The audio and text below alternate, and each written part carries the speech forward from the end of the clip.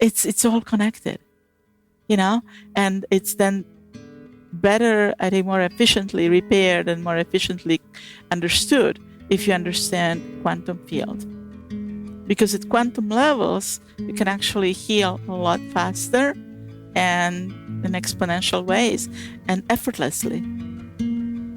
My name is Dr. Lana Bach-Morrow, and you're listening to the Lifestylist Podcast with Luke Story. I'll tell you what, man, I am so excited to share this episode with you. It is going to be a game changer for those of you that want to work on your cognitive function. It's episode 376. It's called Think Interfaces, the Ultimate Brain Upgrade for Dopamine, Focus, PTSD, Mood, and Anxiety. And I don't think I've been excited about an episode like this in a very long time. Because during the period of time that this was recorded, I had the opportunity to go through Dr. Lana's brain training, and quite frankly, it has completely transformed my life, or at least the part of my life that's controlled by my brain, and that's a lot of it. Stay tuned for more details on that. In the meantime, today's sponsors are magbreakthrough.com/Luke. They make an incredible magnesium product, unparalleled in my opinion. And then we've got lukestory.com/Leela, which is all the Leela quantum tech stuff. Oh man, super, super space age, wild. That's lukestory.com/Leela.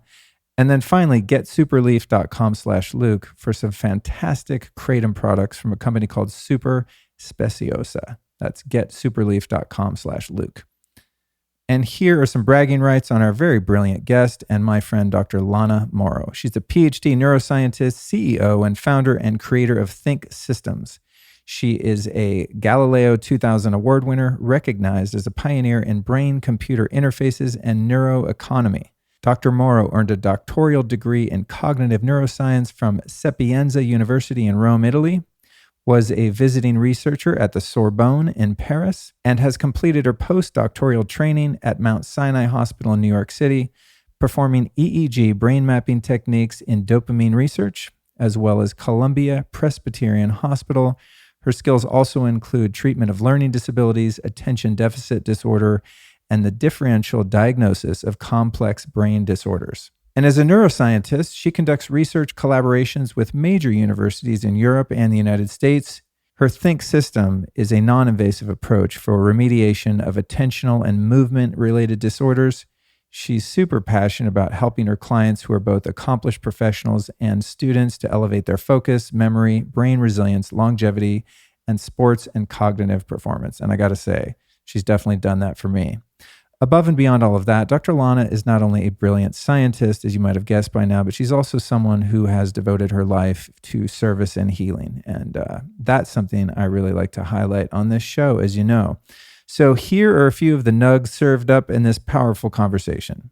Lana's extensive education and expertise in science. Lana then teaches us about neurochemistry, dopamine, serotonin, tryptophan, and endogenous DMT. We talk brain physiology, the important role played by the different parts of the brain, like the frontal cortex, amygdala, and the cerebellum. The purpose of the glands in our brain and why the pineal gland is such a huge player in quality of life. The important function of the pituitary gland. How PTSD and ADHD manifest in the brain. Dr. Lana's very impressive work with Parkinson's, the difference between neurofeedback and think training, the unique permanence of Think's benefits, Think's effects on OCD and addictions. We also talk about Lana's thoughts on microdosing, psychedelics, and nootropics. And finally, how you can work with Lana and experience the Think training yourself. I have to say that nothing I've tried over the years has even come close to the lasting benefits I've seen from doing my first 6 Think training sessions. The mental clarity and focus I experience now is literally off the charts. It's the highest ever in my life, and that's no exaggeration. And it's been a while since I did this training, so it's not like I did it yesterday and I'm all hyped up. I mean, it's really been incredible. So I've sent many of my friends to see Lana, and all of them have reported similar results. If you're someone who, like me, has a sense that you're not accessing your full mental capacity and intelligence, I highly recommend that you explore the possibility of working with Dr. Lana. Now, this isn't going to be available to all people. It's not cheap, as you might guess, for something that's effective. But for those of you that are interested in doing so, she's been very generous and has offered Lifestylist listeners an exclusive 10% off discount, which is substantial and takes a few $100s off the regular price. So if by the end of this episode you think, wow, I want to look into this, you can hit up their website at thinkinterfaces.com. And if you just mention Luke 10, they're going to give you that discount. That's thinkinterfaces.com, which you can easily find in the show notes of most podcast apps. Okay, I think we've thoroughly teed this one up for you. Without further fanfare, I offer to you the trailblazing neuroscientist herself, Dr. Lana Morrow.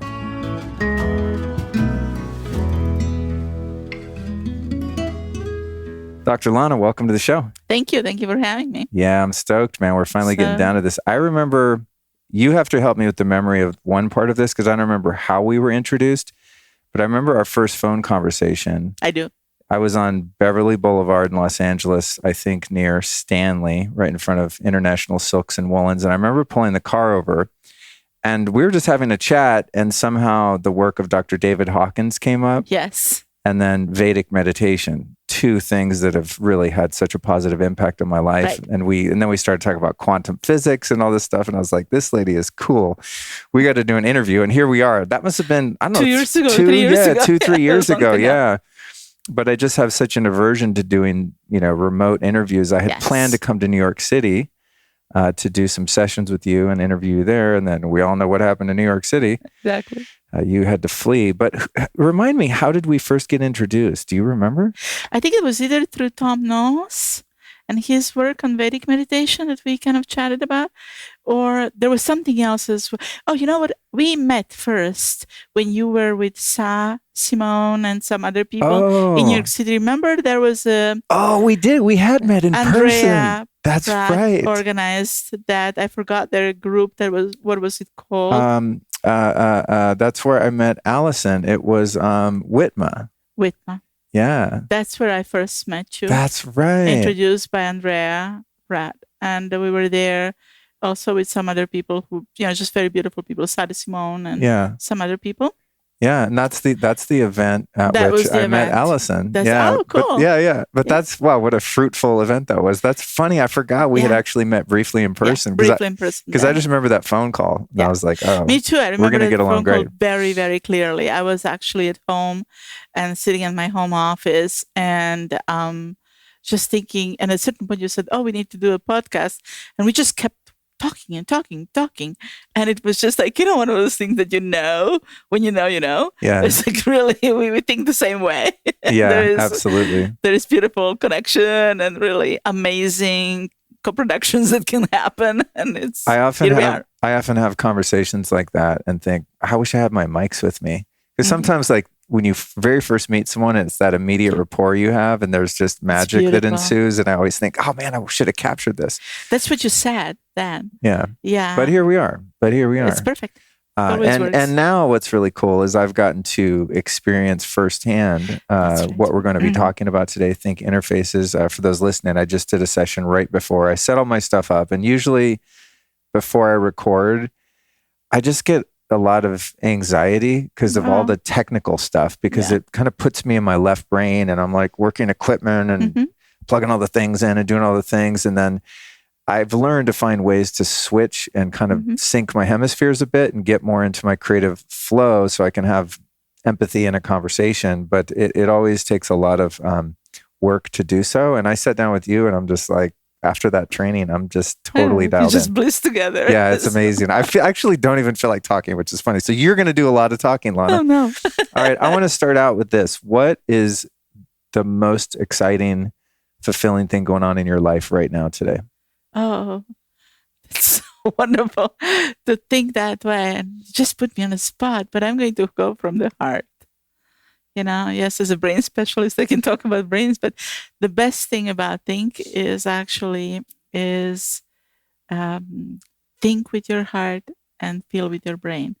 So I'm going to think with my heart now and tell you, I think ascension is magical.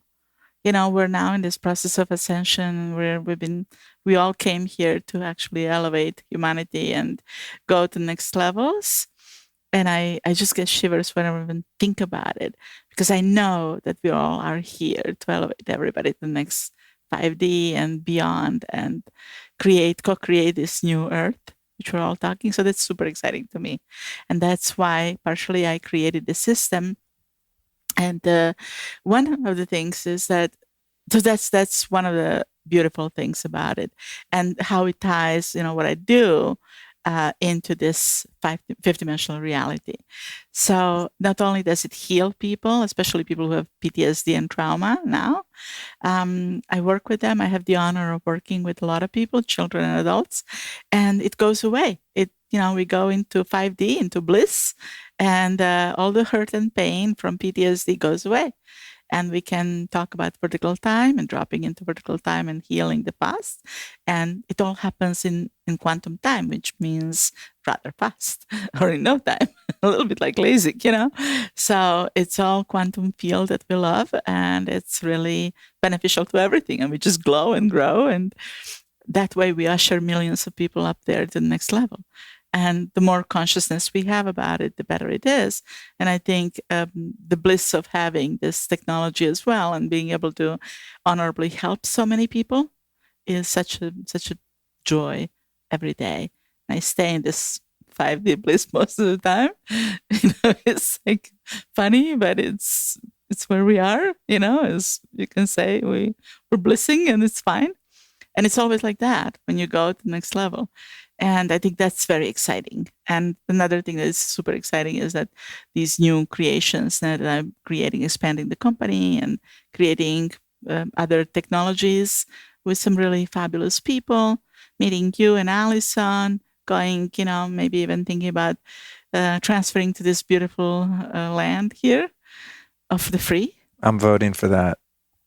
I hope that comes to fruition. I was thinking about it yesterday, and I found myself kind of the controlling, getting what I want side. I was like, I got to find a way to work it out so Lana can move here. And setting an intention is one thing, but then I also realized I was like, hey, she's going to end up wherever she's meant to end up. But I'm hoping that karmically this is the spot, because thank you. There are so many incredibly beautiful and brilliant people here that I just know you've already aligned with quite a few of them. You shared your friendships with me, so I'm so grateful. And there are so many more, and they're just people that are doing great things in the world. And many of them are also, influential and excited about discovering people like you and your work and helping you get out there. I'm not the only one that does the kind of thing that I do here. So it's just so beautiful. Yeah. But even if you just come visit a lot, we'll be happy to have you.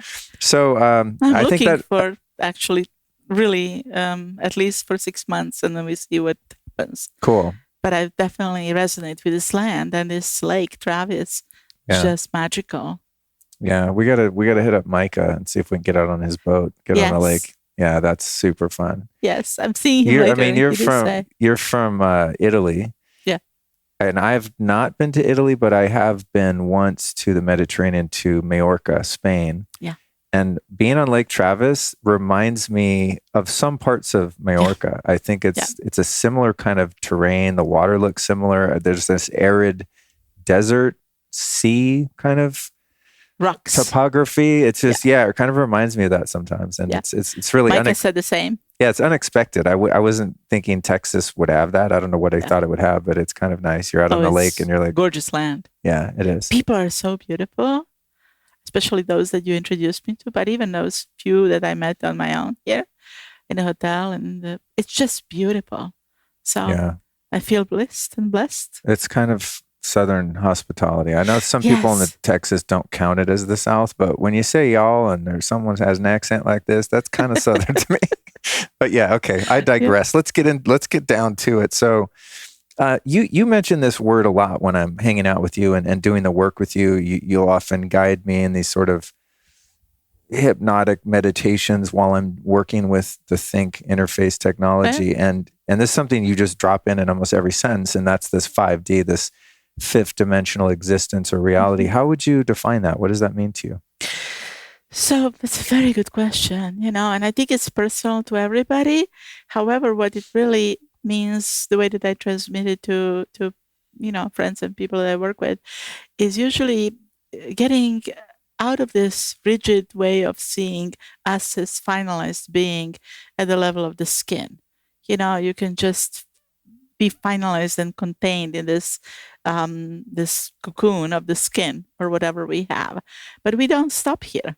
our photovoltaic body is expansive, and so for me, of course, I work with electrophysiology and various frequencies. Frequencies are my specialist. So frequency level, you're glowing, you're expanding your, leptoquarks are your muons, and your photons were one big blob of cloud of information, glowing at that miles radius. And so when I say 5D, it's just like a switch from this finite movement or finite feeling of, just sensorial feeling into this energy from the heart, where you expand and you bliss at the levels that are vibrational. And that vibration is not only electrophysiological or vibration of the, sinusoidal vibration of the waves. It could be also magnetic. It could be also photovoltaic. And it's just expansive. It's like big blob, big cloud of beautiful golden light. And without just being too, woo-woo about it, it's actually what happens at quantum physics level. And we know that. So you just drop into that just perspective. It's a different perspective. You see yourself as a cloud of information or as vibrational field. And we're used to talking about cloud, iCloud and stuff like that. But we are clouds of information. And I suspect that people from Apple or whoever actually started creating the iCloud has actually understood that long ago, that all energy is actually energy at the level of cloud, at the level of field. So we operate in the field mostly rather than operating in the three-dimensional. We're becoming aware of that. But that's the magic in it.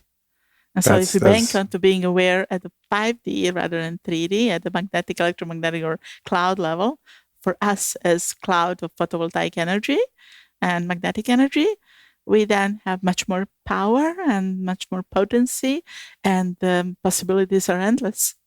I think this is why I like hanging out with you, because you're someone who is highly trained and scientifically validated. Yeah. You got the stamp of approval and then some from the scientific community, which we'll get into, but you're also deeply spiritual. And to me, I guess it goes both ways, but true science is, to me, the same as spirituality. Absolutely. And spirituality is very scientific. Totally. Now, within those realms, you have a lot of pseudoscience and you have a lot of pseudo-spirituality, right? There's a lot of falsehood in the human experience in general because of our naivete as a species. We just, will wander off and follow any shiny thing, myself included at many times in my life. But I love how you're bridging the gap of these two, or rather proving that there is no gap, right? There is no gap. It's all one. Right. Yeah, but I think that, I think Robert Edward Grant is somebody I listen to a lot, or I read his books and his writing. He's a good philosopher and a mathematician, and really a kind of Renaissance man. And I think he's talking about that as well. And Da Vinci was talking about it. Robert Edward Grant just solved some of the unsolvable problems. I think the 17th of August, he came out with some really discoveries that are incredible using the Da Vinci Code. And so it will be very interesting to see that brilliant man. And so what happens with this, when you see people like that, he speaks very fluidly between, doesn't have a gap. It's just like what you notice. There is no gap. You just travel. You are here, and we're in 3D, and we're in 5D or in 12D, wherever we can get to. Right now, we're fluidly. So this fluidity that is developing is stemming from our consciousness. The more we are conscious, and in our 3D world, we were taught at school that we need to gain knowledge. That's just my humble opinion. And then we were gaining knowledge, but with that knowledge gaining, we can actually expanded our consciousness as well in parallel. So that part was omitted from the classroom.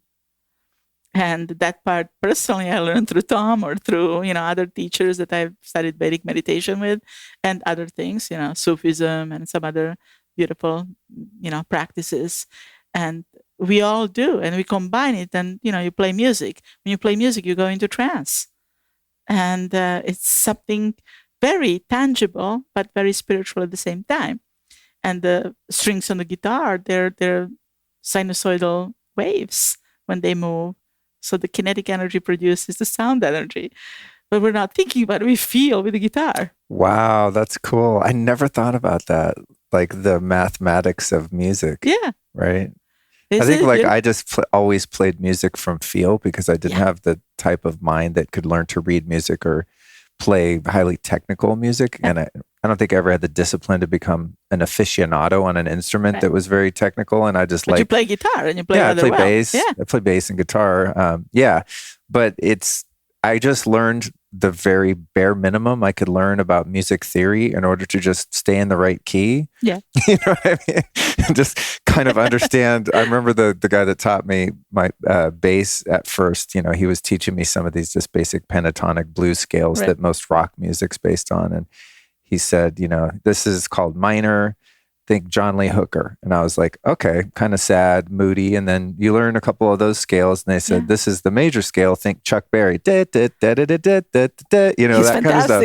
I was like, that's pretty much got me through for 15 years. I mean, here I am being a podcaster and not a paid musician. So maybe there was more to learn, but I had fun, just based on the feel of it. But I like how you're saying if you think of really I mean, it's true of, I guess, a wind instrument or any stringed instrument, right? It really is just vibration, and we perceive that vibration through space and time as a tone, and that tone has some effect on our emotional and kind of energy body. Oh, we speak through vibration. Our chords are vibrating so that it can hit your tympanus and your tympanic, membrane, and therefore you can hear. If that was not functional, we would not be able to speak and hear each other, and that's all physics. From that. But I think it comes from the heart vibration as well. And I think that most of our language actually comes through first telepathic feeling and is not biomechanical through, voice vibration, chords, vocal cords vibration, and tympanus membrane vibration. But I think it really comes first from the heart and from the, electromagnetic field and photovoltaic field. But we're just starting to understand that.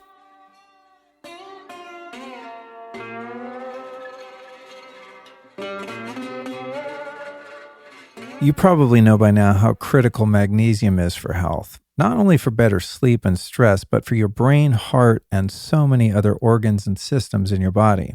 The problem is that most magnesium supplements fail because they are synthetic and are not full spectrum. Magnesium Breakthrough is the only organic full spectrum magnesium supplement that includes 7 unique forms of magnesium. And I've got some good news for you. If you like magnesium and you love free stuff, you're in luck because Bioptimizer's Black Friday deal starts now. And not only are they giving you a huge discount all month long, they're also giving away over $200 worth of free gifts. Yep, that's what's up. During the entire month of November, you'll save up to 25% on Bioptimizer's best-in-class products, including Magnesium Breakthrough. This deal is awesome. So if you want to save that 25% and get some amazing free gifts, make sure you place your order by midnight, Tuesday, November 30th. You can only get this exclusive deal through my link, special for you lifestylist listeners. So you won't find this on Amazon or even the Bioptimizer's website. To get the hookup, here's what you do. Go to magnesiumbreakthrough.com/lifestyle and use the code lifestyle to get your discount and free gifts today. Again, your link is magnesiumbreakthrough.com/lifestyle, and the code is also lifestyle. Do it now while supplies last, and don't miss that November 30th deadline.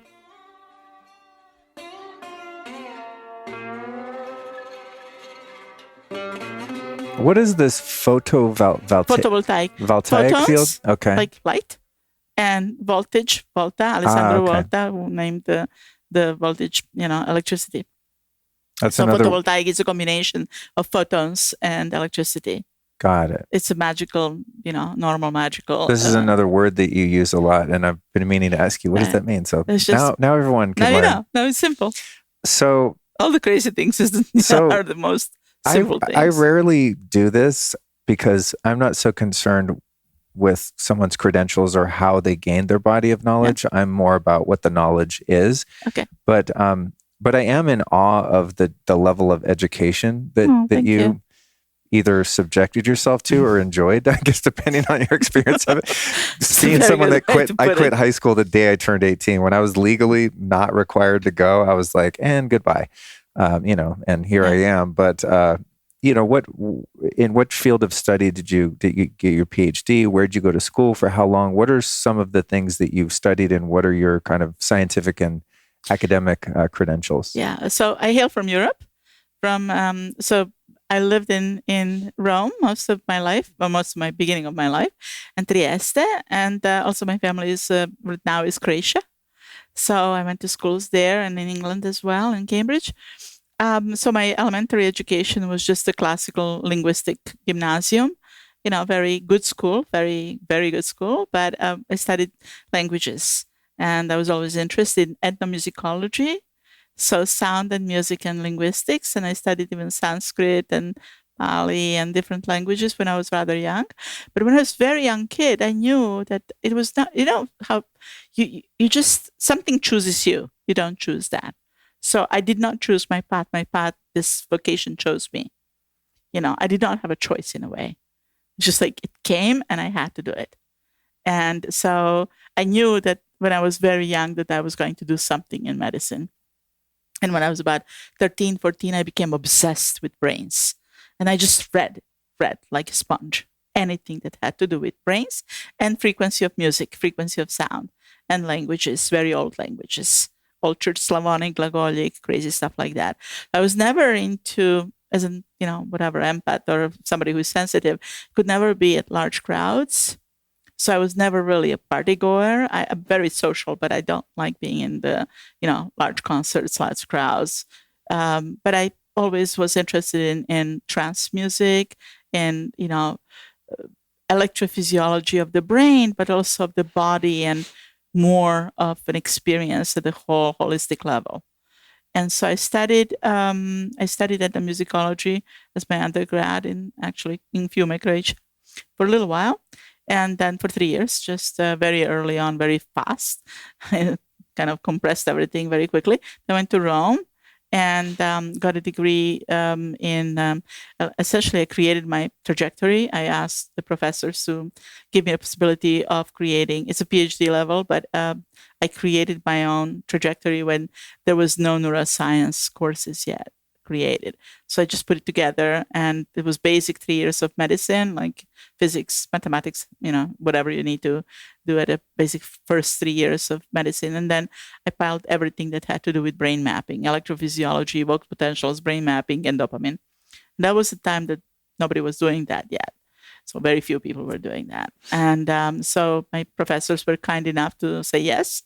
And I was enabled to study a lot of electrophysiology, EEG, brain mapping, evoked potentials were my specialty. These are potentials that you stimulate the eyes or the auditory system, and then you evoke a potential in the synaptic, part of the synapses.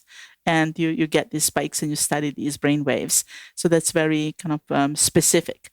And then I came here on my postdoc, did at Mount Sinai in New York City, did 2 years at Mount Sinai studying Parkinson, dopamine.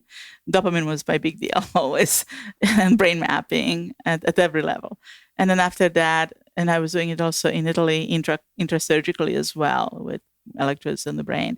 But then after that, here, I just went also for the second round studying neuropsychology and anything that had to do with non-invasive ways as well. And so this non-invasive part was always appealing to me. And when I opened my private practice, then that was in New York City on the Upper West Side and Upper East Side. I was seeing a lot of children with ADHD. So from before, I was dragging this idea that I wanted to create a better electrode because brain maps and brain caps were done in a very primitive way, with actually a swimming cap with some little electrodes in there and gel.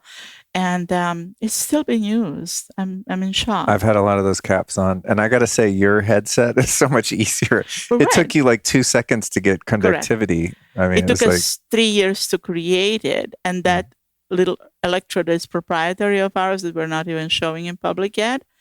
It has my own alloy in it, and it's dipped in gold, in pure gold, and it's a smart electrode, so it has chips on it. So it took us years, 3 years, a team of many. I mean, I work with Honeybee Robotics, and they're specialists, robotic specialists who have apparati on Mars and Jupiter. I mean, they're really smart people. So as always, whenever you start doing something, you're just one link. I spearheaded all of this and invented, but a lot of people are part of the team. So these electrodes are one of the few people in the world who don't have to use the gel or anything. You just plop it on your head. And that's one thing that I wanted in Rome when I was seeing all these Parkinson patients. They were trembling and moving, and by the time you're done with gel in one part of the head, the other part is dried out. Oh my God, I never thought about that. Yeah. It's a nightmare. Right, because with the normal QEEG, I mean, you have to be quite still, even if you're, I've done a lot of neurofeedback and things, and if you're chewing gum or moving around, it, you get... Yeah, it gets off. You get bad information. This is really good. And you're seeing, you did not see it in motion, but we can actually move around and jump. Once you have it situated properly, it's just really great. It took us quite a while to get to that level. But so that's one thing that I always wanted to do. I swore to myself that one day I would invent a better electrode and a better system, because it was really, really horrible to do all of that, but 10 times a day. It was just really hard and demanding. And this other thing is that these children who had heart issues, they cannot take stimulants. And so the parents, 3 sets of parents, asked me if I could invent something to heal to make them focus better and to make them work better at school and be more present and not, running in loops. ADHD can be really demanding. I mean, you can peel the child off the walls. Basically, very need for hyperactivity is there. And that's interesting. So if a child has heart issues, they can't take something like Ritalin? No Ritalin, no Adderall. There were so many, problems with that. Oh, wow. Interesting. So I created the game first, and then other games, and then that's how it came along. Cool. And then we tested, we did a lot of work. I mean, it's been now almost 14 years. We got patents on it. I got patents on it. I have 3 patents, and I have, I met all the timeline, milestones that we need to meet with my company. Created a company, created everything in it that works, and we tested. We have long double-blind, randomized, sham-proof study, and we hospital in Barcelona, Columbia University, NYU Langone. We work with MSK, Mount Sinai. One of the collaborators is Tel Aviv University now, University of Maryland, and Paris and Sorbonne. So these are the groups that we work with, and Honeybee Robotics and some other privates, about other 8 groups of engineers that we work with. But it's a big team. Well, I want to get into some of the studies specifically a little later on. Sure. Because I think some of the clinical work that you've done is super cool and impressive. Oh, thank you. I mean, I'm someone that just experiences so many things. To me, a lot of it's anecdotal, but I like when, even if I'm having a placebo experience with something, that's valid to me. I'll take a placebo over nothing working, right? But I find it really interesting when there's data to back things up. Then it sort of, it helps me kind of buy into something also, because I'm like, wow, I saw the white papers, I saw this study or these photographs of some blood cells or anything, even like we were talking about the spinach test, with FLFE, and you're like, well, that isn't very scientific. For me, that's scientific enough. It's like, I'm made of water. You're putting water on the spinach. This one grows faster than this one. I'm doing that thing, Right. But your studies are obviously much more elaborate than that. So we'll get into that. But teach us a little bit about neurochemistry. I'm so curious about dopamine and serotonin and tryptophan, and ultimately what I'm really interested in is the endogenous DMT or dimethyltryptamine. Is that what it is? Dimethyltryptamine? Yeah. From Joe Dispenza's work, I mean, his theory is that you have these metabolites of serotonin and tryptophan and these things, and if you do certain things, you can, kind of exponentiate those higher states of consciousness. So give us a bit of, breakdown on the neurochemistry, if you would. So, dopamine, according to Harvard School of Thought, is a feel-good hormone, no? And so people often get, first, dopamine is a neurotransmitter. We have several neurotransmitters, and they transmit. So here's my hands. I'm Italian. People watching at home can see the Italian hands. Definitely. So the synaptic cleft is between the two synapses, and you have one neuron and so dendritic ends, and then you have this little end of the synapse on one hand and the other one here. And so they have to, how do they talk to each other? They transmit, they send little balls of transmission of serotonin or dopamine or whatever the transmitter is. And then these receptors receive it, and then they transmit the impulse all the way out. And the transmitter, the impulse goes along the axon. That's so funny. I never thought about neurotransmitters actually transmitting information. That's funny. Yeah, it's all in the language, isn't it? Yeah, language is magical. Yeah. Words can be powerful. So dopamine actually enables you to respond to reward. So that hit on when you get a heart on your Instagram or something, you get a dopamine pump. And fortunately and unfortunately, it can be used in both sides. It can be used in a negative way or in positive way.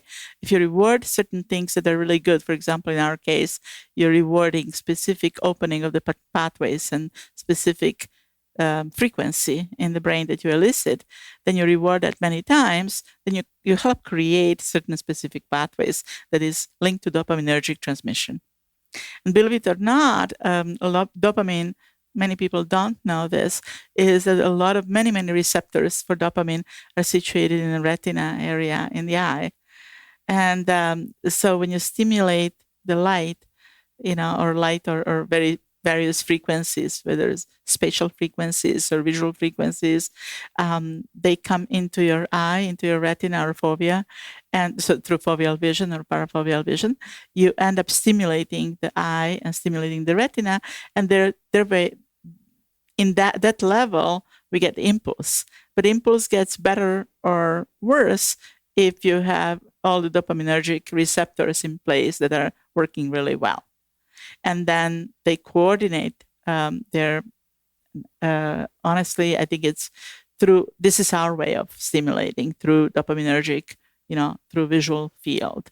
So you can stimulate dopamine in many different ways through, loving your dog. You hug your dog, oxytocin, dopamine flows. But again, that part of dopamine transmission, that part of reward is very instantaneous, no? So it's kind of a momentary, strong jolt of joy, whereas serotonin is usually associated with long-term happiness, consistency in that well-being of, not having a depression, for example. If you have equalized dopamine and serotonin, you will not have a depression. You will have equalized mood, and your mood will be elevated, and your serotonin is responsible for longitudinal well-being, mental well-being. So it's more related to happiness and consistency over time rather than an immediate jolt of, joy and almost ecstasy. I wonder if evolutionarily we have that visual stimulation of dopamine because of our need to look for food and procreation. Do you think that has something to do with it? I question that. That's a beautiful question. You know why? Because also when you communicate with somebody, and people say the eyes are the seat of the soul. I always believe that, and I think it's because it's connected to this photovoltaic feeling, photovoltaic being, and to our heart energy too. It's like it flows. When you're in the flow, you're literally in the flow of dopamine, and it's elevating. And if you have sunshine, if you have good light, you rarely are sad. But go to the places like Sweden or Norway where there is no light. Right. You have to create your artificial light not to get the seasonal depressive disorder. Right. So I even have a light at home mostly I have a bunch of red lights because I'm trying to get rid of the blue light at night, but I do have, it's called a Verilux. Yeah. And it's for seasonal. You do? It's great. It's amazing. I use it when I travel to kind of change my circadian rhythm. Yeah. So if I'm in some weird time zone, I'll like wake up in the morning and look right at that thing and pretend like it's the sun. It really works. It really does works. work. That's why it works. It's like a full spectrum blue light, basically. Correct, because you're stimulating your dopaminergic receptors in your retina. I don't even know what I'm doing. But you go by the heart. Well, just fundamentally, it makes sense, right? Because I'm tricking my brain into a different time zone. Yeah. We've not evolved to change time zones that quickly, obviously. So kind of use that. But that's really interesting. So, but it's beautiful, isn't it? Because you can you get visual reward and visual associations for like food or our loved ones or our children or our dogs or our partners. You connect with people through eyes and I think also through heart energy. I think our heart energy, like literally heart field, has been underestimated. And, I love that Greg Braden is studying it very nicely. And, I fully believe in his science. And the Heart Math Institute, all the work they're doing. But there are others. I mean, we're studying it very scientifically and at the levels of, true kind of proven randomized studies, double-blind studies and all of that. And it shows that this is, so one of my favorite things about it is maybe it's freaky, but it's interesting. So, when children, some kids need heart transplant, no? So there was this one girl, and this is a true story. One girl had a heart transplant, and suddenly she started developing nightmares. She's like a 6-year-old girl, and nobody could understand why, because she was very calm usually. But she had a heart transplant, and she got a transplanted heart from somebody else, another 6-year-old, from another part of the country. I don't think they usually tell you about it. And she developed these nightmares, and then she worked with some psychiatrists and specialists, and at the end with forensic specialists, because the parents really were curious about it and wanted to stop these nightmares.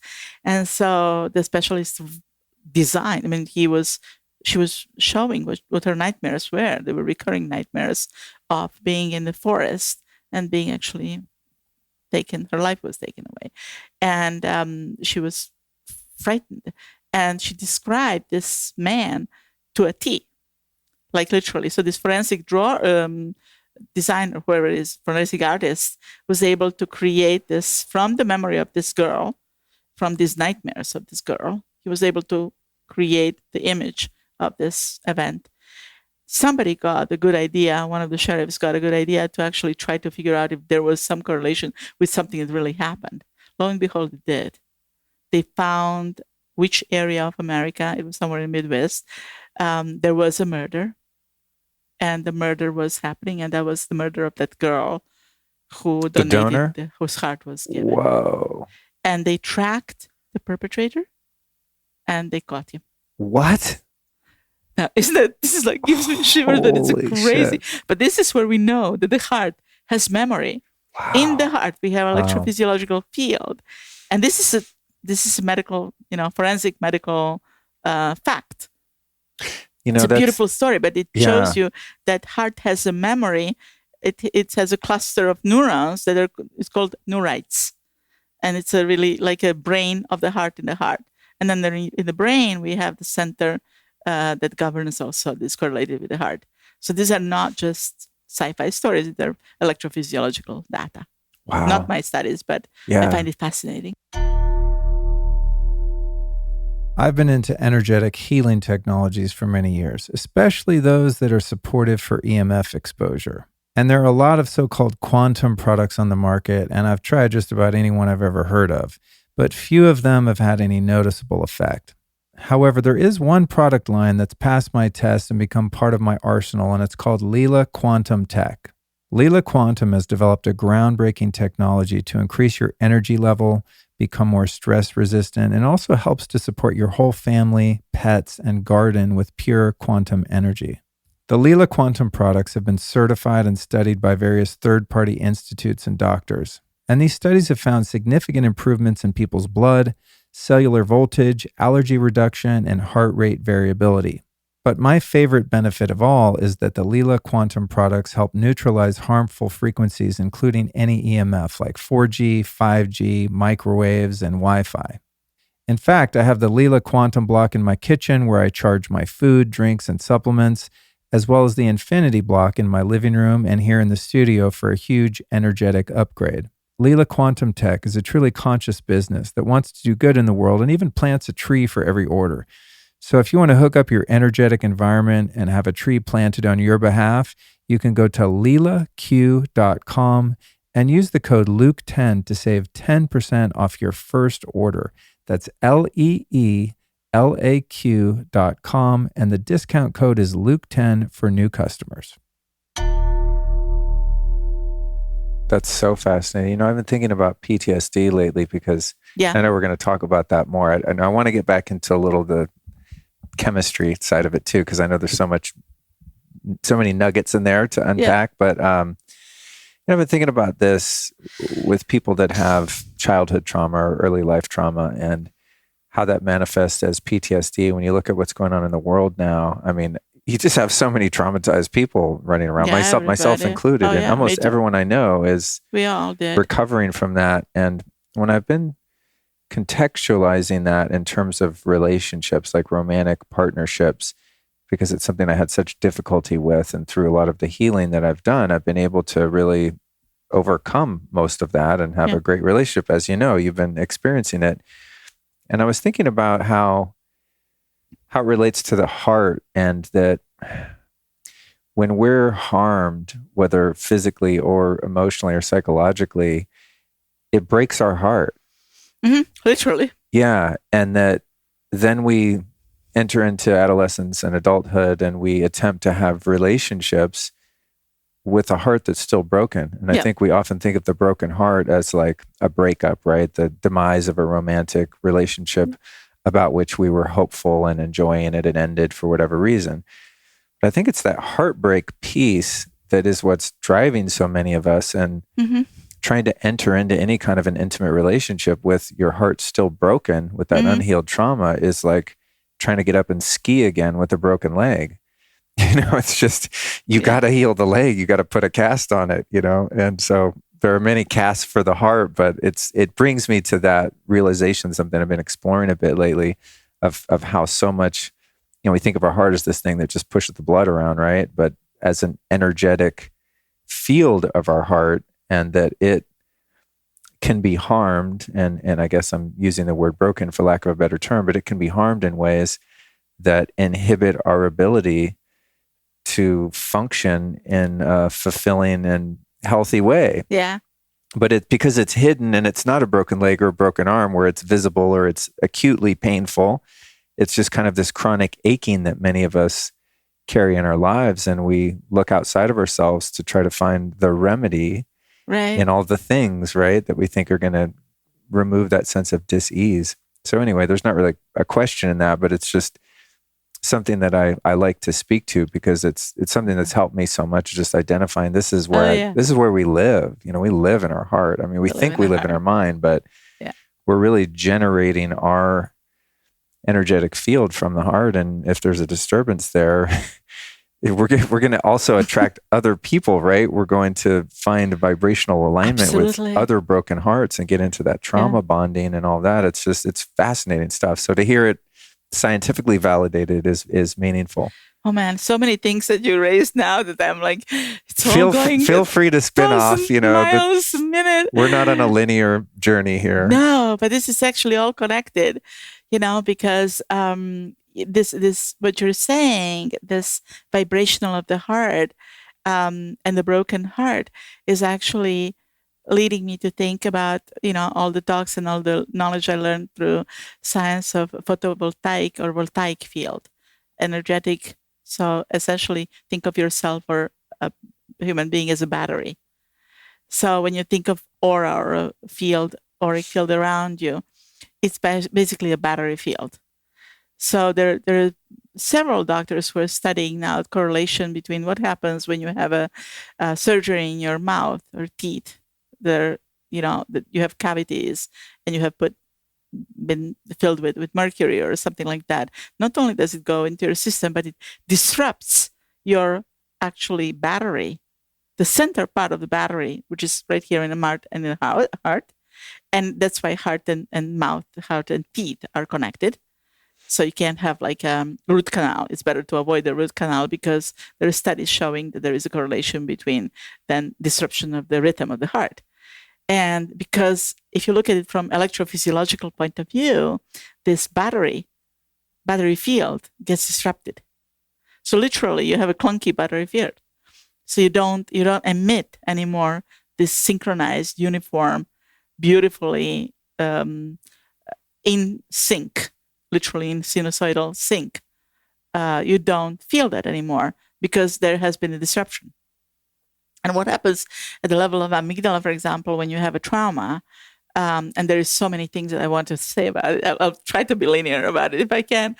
When you have a trauma, let's say you talked about broken leg, but also equally or even more powerfully is like a broken, we say broken heart or broken trust.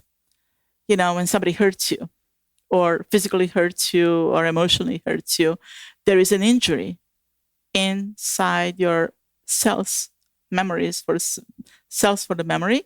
So hippocampal area, or, you end up with a fight or flight reflex immediately. Let's say it's the same type of thing that you feel if you feel a breakup trauma from a lover's breakup. And we have studies on that, not mine, but other people's studies.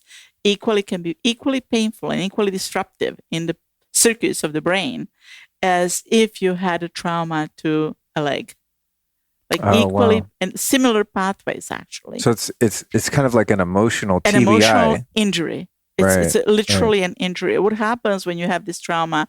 You end up feeling a loss, like a complete loss. Something shrivels and dies off. And literally some of the cells actually go into apoptosis. So you have the cell death. So you have circuits that actually start installing themselves that are wrong circuits. So you have this obsessive thinking about memories of your, what happened before. Let's say somebody really hurt you, really, really hit you hard. And so in that moment, your amygdala flared up. You started firing from amygdaloid cells. And those amygdaloid cells are the startle cells. They provoke the startle reflex, which is great, important, wonderful self-defense mechanism if you're touching fire for a moment because you're not going to get burned. But if you start having that all the time, it goes into this loop that then doesn't stop. It develops almost like similar to OCD loop, or similar to a broken CD. You have a groove. Very familiar with the phenomenon you described. I don't think not so much anymore. It's rare, but that. Oh, me too.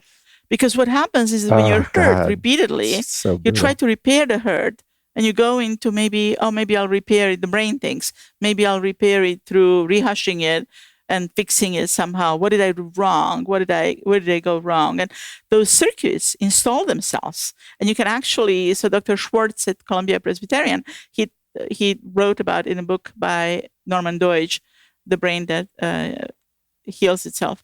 You can actually look at, he works with OCD patients where he says, turn the page.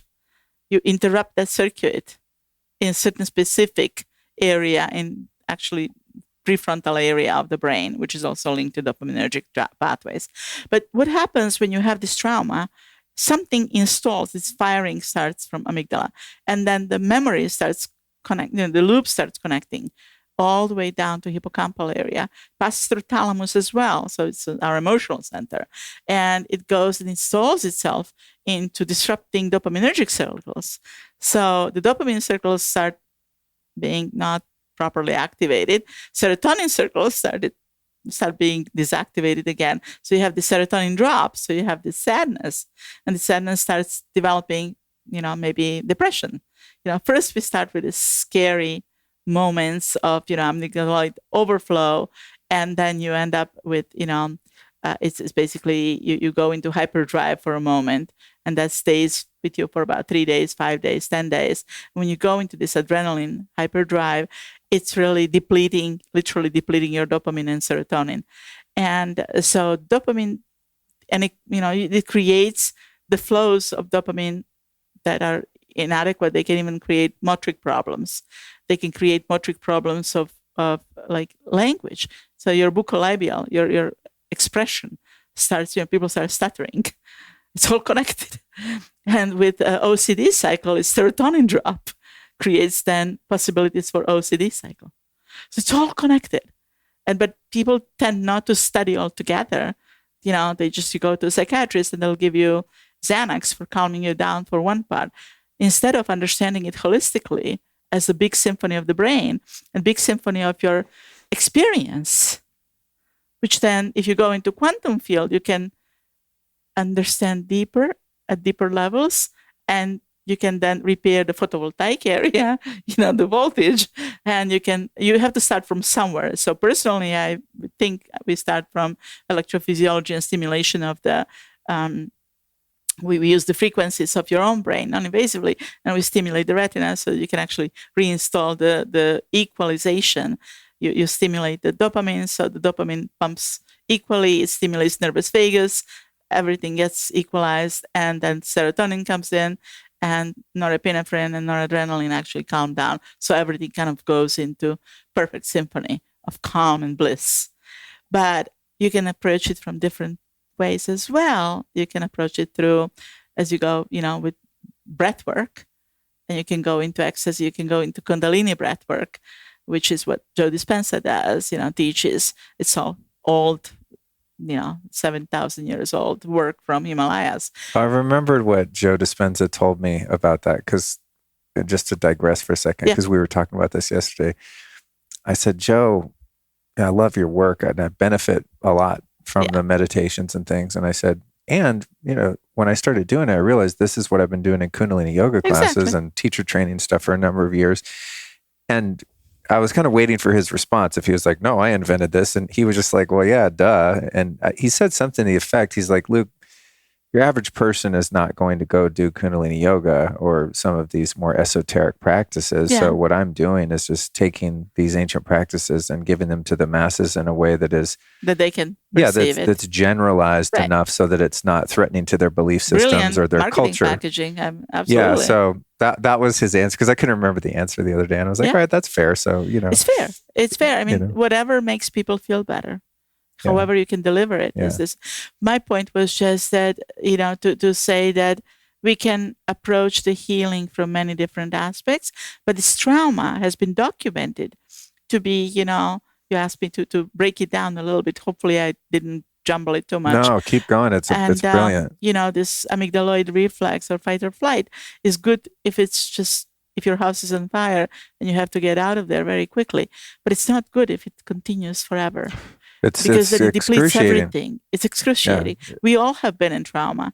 And what's interesting to me is that I think it's useful for people to know that it's documented medically that it's in circuits of the brain, it manifests almost the same as a broken leg.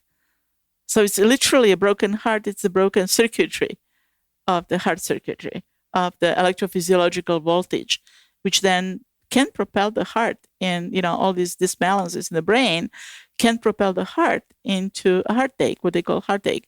But it's essentially, it impacts on rhythmicity or, heart rate.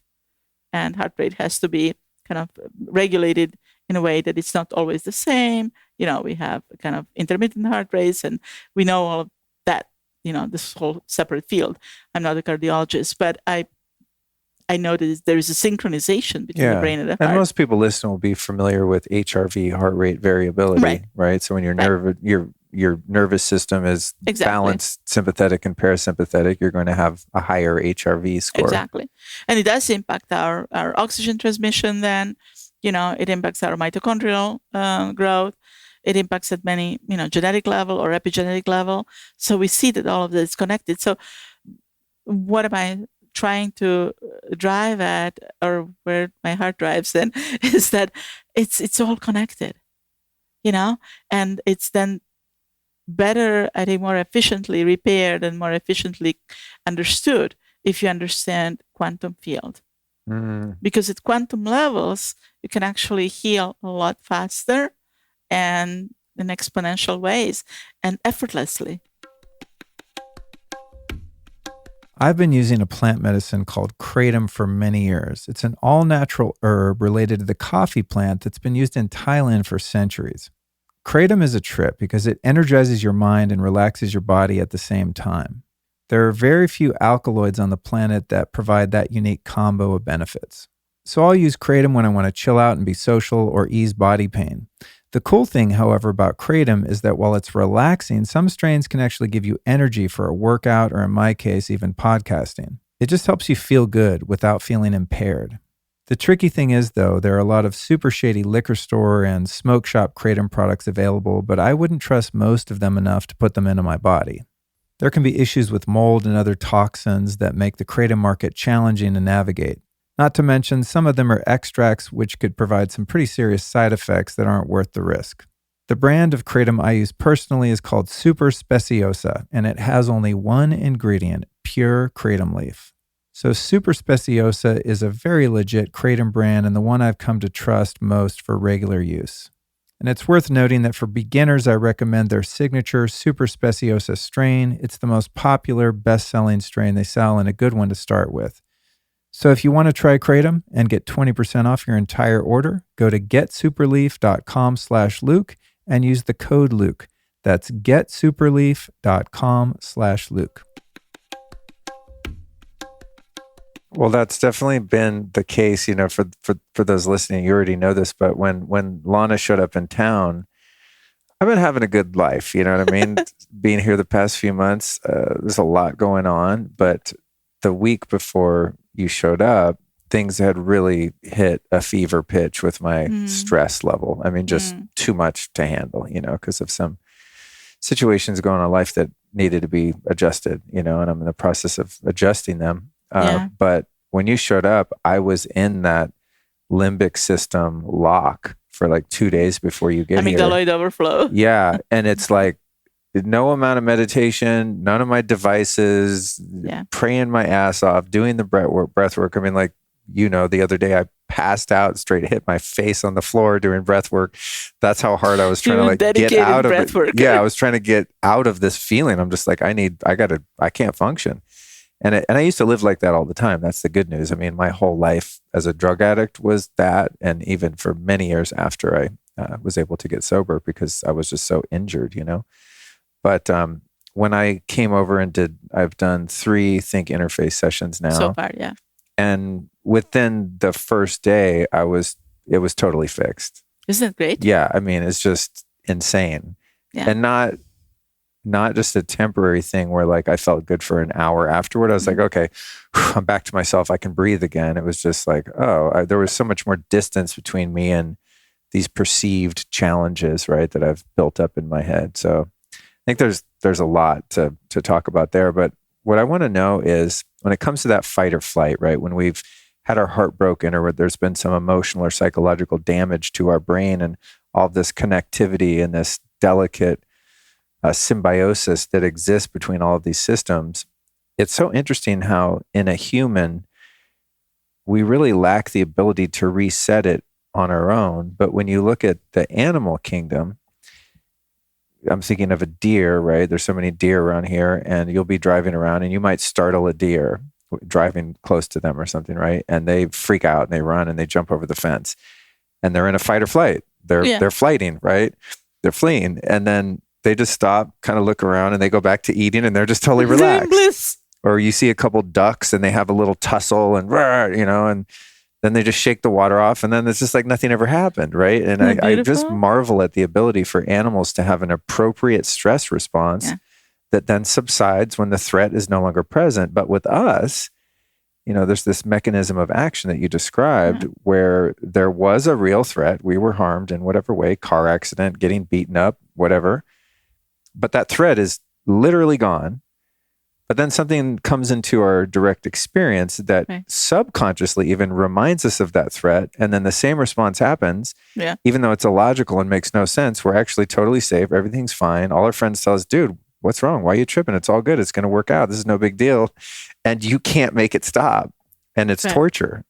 And I think for a lot of drug addicts and alcoholics, because I've known so many and continue to have so many friends that have escaped that demise, many of us live that way for a very long time, and many people never ever recover from that. And I guess that in a blanket sense could be called PTSD. I mean, it's an actual disorder. So I guess there's 2 questions kind of in there. One is, is it the complexity of the human mind that gives us the propensity and the vulnerability for that dilemma over animals? And then I guess maybe explain your definition of PTSD and the different flavors of it. It's a very interesting question. Whether it's a complexity of a human mind. Why can't I be like a deer and, like something jumps out in front of me and I freak out and I run and then I just go off and eat something and forget about it? Incredibly divine conscious being. And I think our conscience plays a big role. That's just my, is it the prefrontal cortex that has developed in us and not in other primates and animals? With our evolutionary capacity as thinking beings. I think it comes into the loops of thinking and memories. It ingrains in our hippocampal areas, in our memories, much stronger than it would in animal memories. And I think our emotional link, thalamic link with the memory, with the hippocampal links, the thalamus and hippocampus are involved together with our memories, long-term memories and short-term memories, then flare up. And this amygdala, which is a gland as well in that area, it discerns and doesn't stop discerning. And then we install these new grooves, which animals tend not to, although elephants remember really well. And I wonder whether it has to do with certain aspects of their brain. But I wouldn't stop again just at the brain physiological level. I would think it has to do with us as as beings who have come to this planet, to this earth as spiritual beings. And I think it has to do more with our evolution and our evolving to the next level where we can actually feel to that degree that we have to recognize. So the reason that you snapped out of this loop with quantum tool is because you enabled yourself as a sentient, fifth dimensional being to go into that state of mind where you can be in the now. Because what you were experiencing is for like 45 minutes, you were being in the now. There was no way that you could actually escape being in the now. You had to lift that ramp and you had to move certain things on the screen. And if you did not do that, you would not be working. So you engage your whole being in being in the now and with consciousness and this divine divinity crisis consciousness that we all hope for. We hope to attain to some level of enlightenment. And I don't know whether animals are enlightened or not by themselves already. I would suspect yes. Some of them seem to have it pretty well figured out. Pretty high level of spirituality at every level. But I think that for us, and this is just my humble opinion, I don't know really. But at that level, I would say most likely we're almost designed to experience these experiences so deeply, almost to the level of torture, to then test ourselves how to find this God particle within us. How to go. Maybe animals have that all the time, but we as humans, it's almost like our veils have closed. When we came in, Plato talks about it, and we ended up in living in this Maya and this illusion. But once we pierce this veil, which many people are saying now, this veil has been lifted quite a while now, almost 6 months now. And we're actually experiencing other realities and other capacities that we have. And I believe that every human being, every brain doesn't stop at the brain. We stop at this photovoltaic and other sphere of, we're light beings, just simply because we are photons in movement. And we're clouds of information. And once we step into that powerful field of divinity consciousness, we then invite our knowledge, our experience of God within us, of our higher self, whatever you want to call it. You can use any verbiage about it, but it's always the same thing. Is this blissful capacity to stay in the center of this toroidal field of photonic energy that we know that everything is possible. And then in that place, there is no fear. There is no fear in 5D. There is no fear. And when you get to that point where you actually are, fearless, literally, like the Zen masters or like the karate masters, like the samurais, they got to the point where they have no fear. And when you get to the point, and I think we can all get to the point where there is no fear, all of that was fed by the narrative over this three-dimensional world that we're in just goes away in no time, no space. And we're just in a bliss all the time because we realize that there is no fear. There is, all of that can go away. So we can create. We're free to create, and beautifully. So in a sense, then, this capacity that we have to become injured, the sensitivity we have, is perhaps part of the intelligent design of our ascension platform. That's my humble opinion. So we have this more broad spectrum capacity for the evolution of consciousness. Yeah. And within that, there are some pitfalls because you have the spectrum, right? Yeah. You can go from the lowest level of apathy and grief and despair to the highest levels of celestial ecstasy, right? Yes. We have all of that kind of at our fingertips. And so that gives us the karmic kind of toolkit or opportunity then to have some grist for the mill to work with. Whereas a deer is just kind of like, wow, where's the water and grass? Yeah. I got to make a baby and go make some pebbles. Yeah. What do they call them? They're not called pebbles. I'm thinking of deer turds, droppings. That's what I'm thinking of. Deer droppings. Yeah. I mean, it's a simplistic existence, right? And they're just kind of holding their place in the ecosystem, but who knows, one can hypothesize that they don't have the same spectrum or capacity for conscious evolution that we do. So maybe they don't need it. Maybe they were not. I think we came here to experience ourselves and experience certain experiences, be it great, wonderfully amazing, winning, whatever, or experiencing the bliss at the top of the mountain when you climb, or anything like that, or suffering. That's also an experience. It's a very valuable experience. But when you hit the rock bottom, it's interesting how many, especially people who are now very awake, are those of us who have actually hit the rock bottom. It's like it always comes, almost like Phoenix comes from the ashes. We have to redo it. No? Totally. But we hit that rock bottom. I mean, we all hit that rock bottom, and we don't know. I call my rock bottom, and not to try to be special, but it was a subterranean rock bottom. It's like below the bottom. Whereas one of my teachers used to say, he said, "Man, I went lower than whale shit," and that's at the bottom of the ocean. Old drunk. Yours is even lower than that. Yeah. So you are special. Yeah. Well, I think within our capacity for suffering also is born out of that is our capacity for empathy and compassion, right? I mean, when I see people suffer, I mean, I'm just driven with their permission and invite, of course, to do anything I can to alleviate that because it's not some foreign experience to me. I see it and I go, oh God, I remember what that feels like.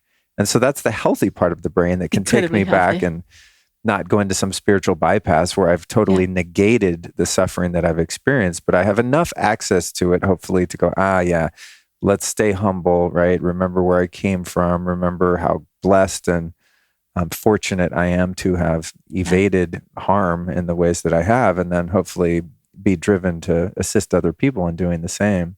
So thank you. Thank you for contextualizing that, because there are times, when you're in the thick of it, where I go, sometimes it's just, God, being a human sucks. Like, it's so hard sometimes, you know, for all of us. And of course, many people in the world right now are having that experience even more so. But it's linked to the narrative, isn't it? I mean, what comes to mind is that, we tell ourselves this is so hard because, the world around us here told us it's so hard. But when you go to India, I have never been yet, but when you look at India, and some people, you would just say they're suffering so much, they're living on the street. And yet my friends who went to Himalayas or to India, They said they're not suffering. They're taking it I've as it never is. met And they're happier blessed. people anywhere in my life than in Right. India, especially in the remote villages Right. that a Westerner would call like poverty stricken, Right. right? And they're blissing. Yeah, they're living the dream. Yeah. They're super happy. Right. So, that's my point. Yeah. That it's all a narrative. It's all what we tell ourselves or people tell us. And if you tell people from the very young age that everything is a bliss, that everything is beautiful and it's amazing, then we possibly can attenuate the suffering as well. Tom calls it addicted to suffering.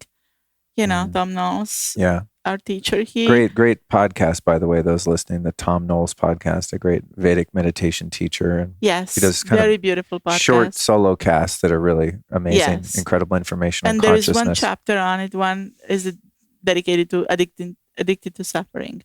Because it's like, again, it's a groove in our brain that creates through the narrative. And then you tell your other friends, oh, I suffered so much. And you can repeat that 1,000,000 times. Words carry power. Words reinstall our new pathways in the brain. You're grooving it always again.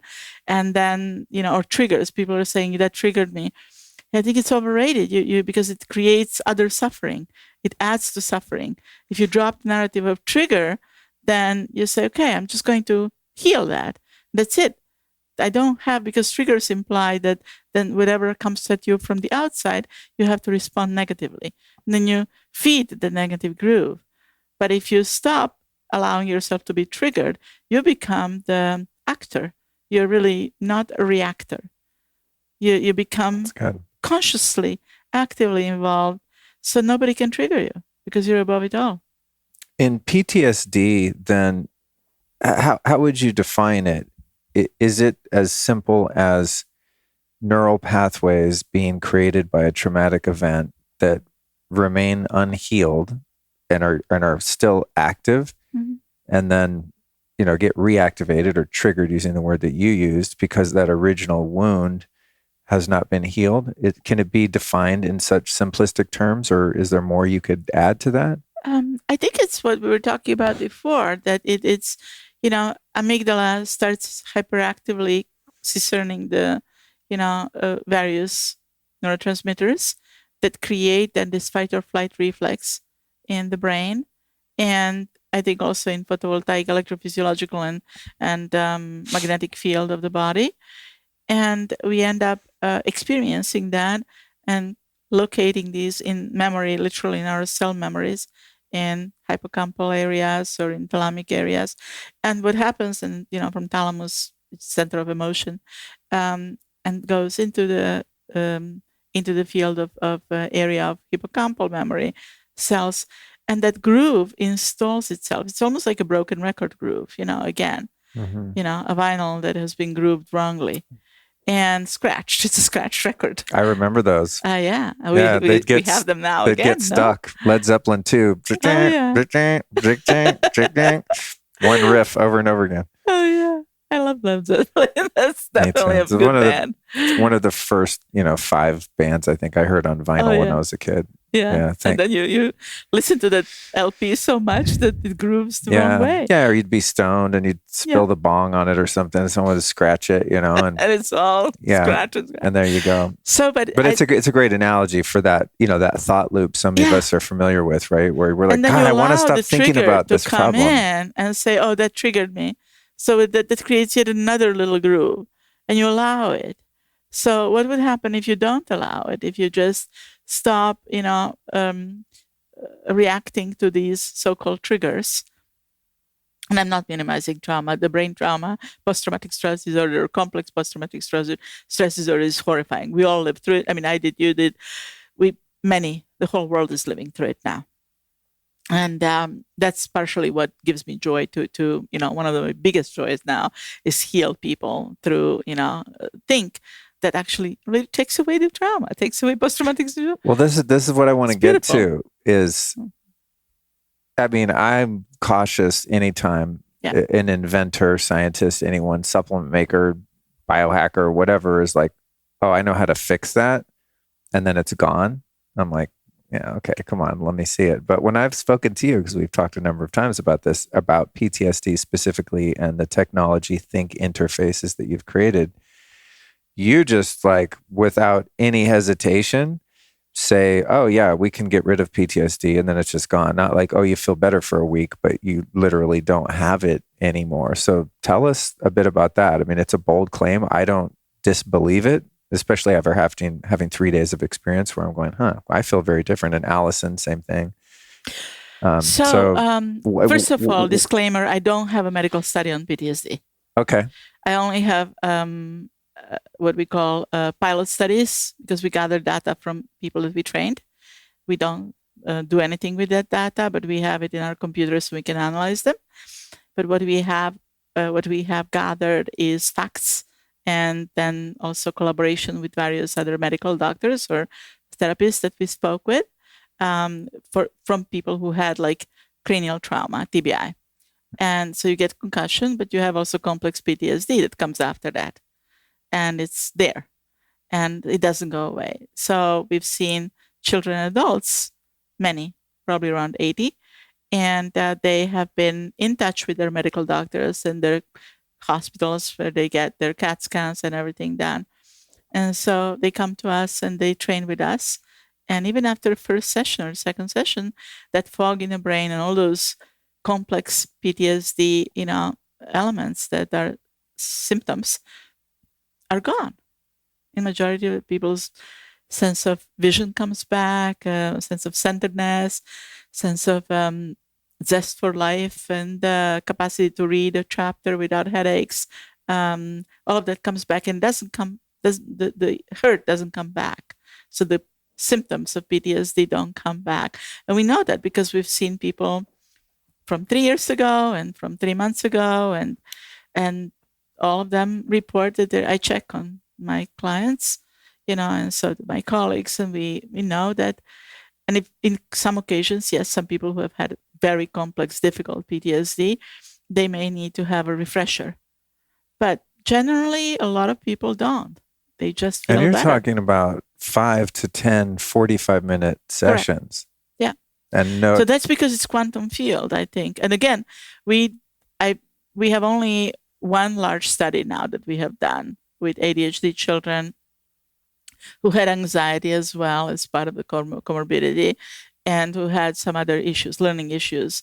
And we have documented data, and we just send it to Nature for publication. So we were vetted externally and internally by about 50 professionals who actually polished our papers and gave us inputs. Impressive. And now it was a study that was about 6 years in the making, and then all the analysis of data took a long time.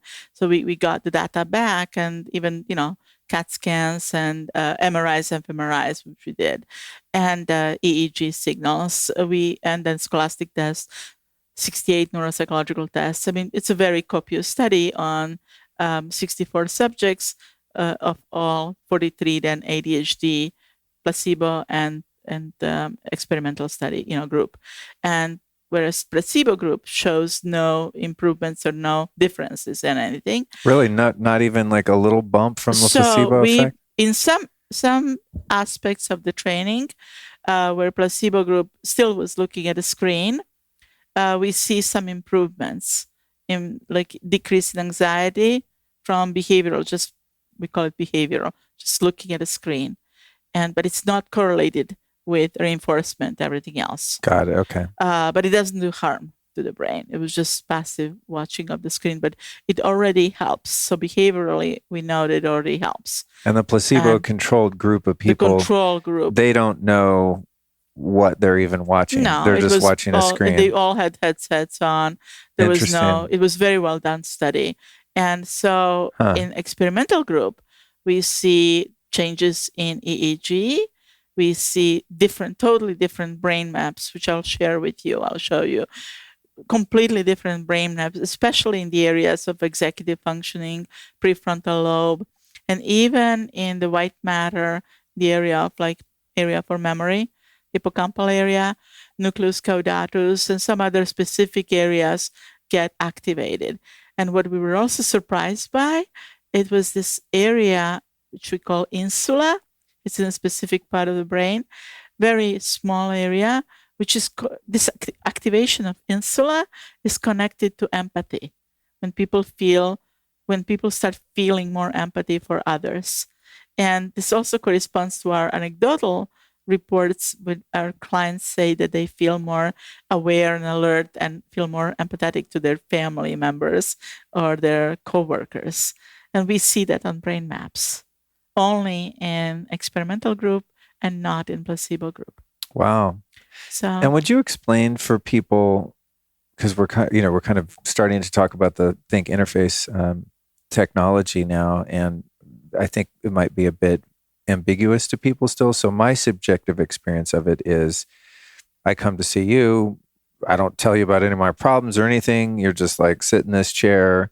I put on a little headset that has these kind of electrodes. that goes just like this, goes over sensors. your hair. We're actually the only ones can do it over the hair. Very much like this headset without the headphones and stuff, but kind of Lighter. a little apparatus that you kind of barely notice is there. And then you sit in front of a computer screen and looks like a very primitive video game. There's just kind of a little car, and then there's a cursor where your mouse is placed. And I was instructed to just follow the cursor, just like in a calm but focused way, just keep my attention on that cursor and do my best to not allow outside dialogue to enter into my awareness, and just stay focused. And then just do that for about 45 minutes. Each time I do it, it's maybe 2 minutes or 5 minutes or whatever it is. It's hard to actually tell because you're kind of out of time, and then you'll come over and you'll start it over, and then I start a new screen and kind of do it again. And 45 minutes go by and I feel really good. The first day I noticed what was really actually interesting, because nothing does this.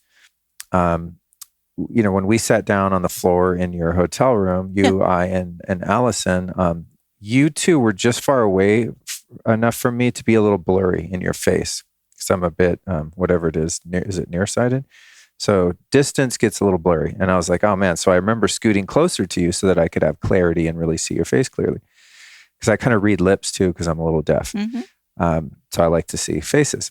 And you got a great face and a great smile, as does Allison. So anyway, I'm trying to get closer to you. Then I do the training, and afterward, I was as far away and you were both totally clear. My vision improved like that. And what's interesting about that is not only that it improved, but one of the things that makes my eyes more blurry is staring at a computer screen, especially as close as I was. I try to sit back from mine so I don't get that kind of frozen optic nerve or whatever it is.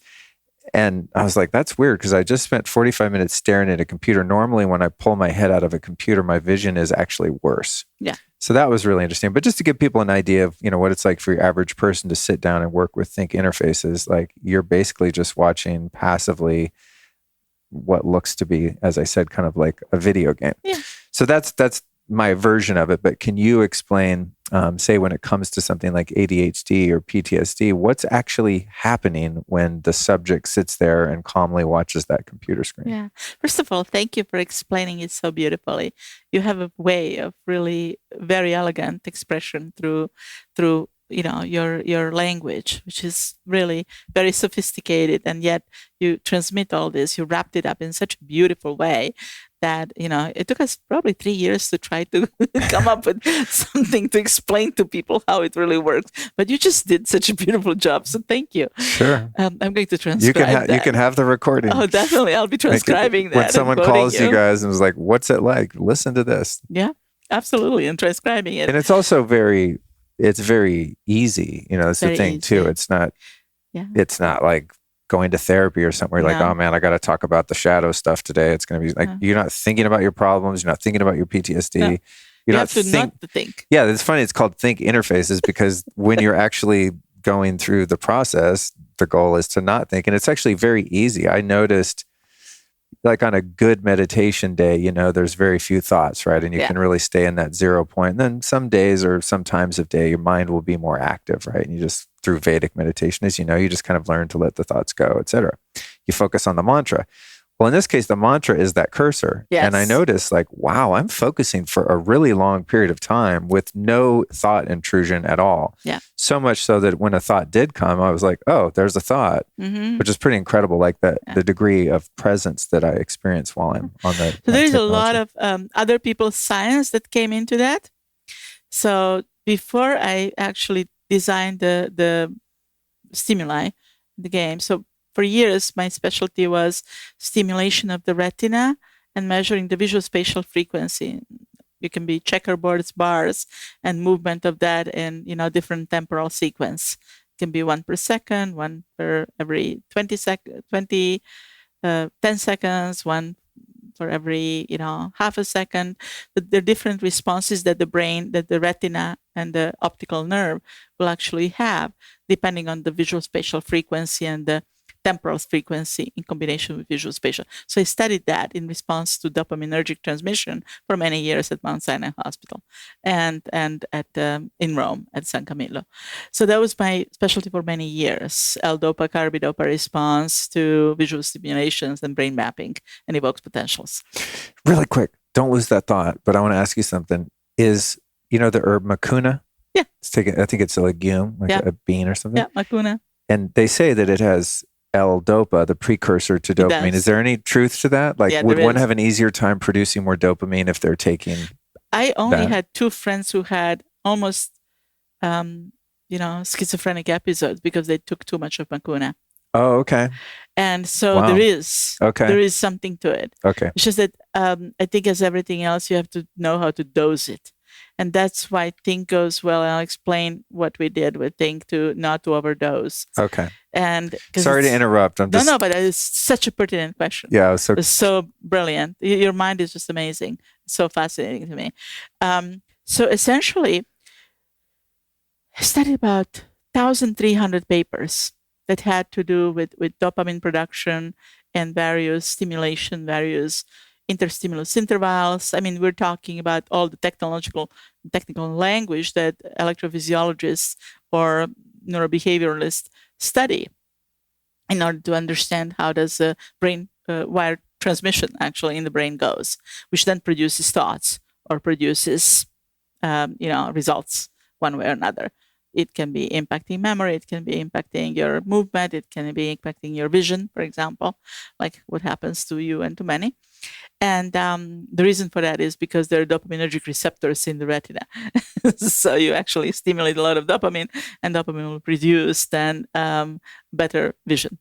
Wow, cool. So what happened with that, I studied something like 1,300 studies, and I created a very large Excel spreadsheet.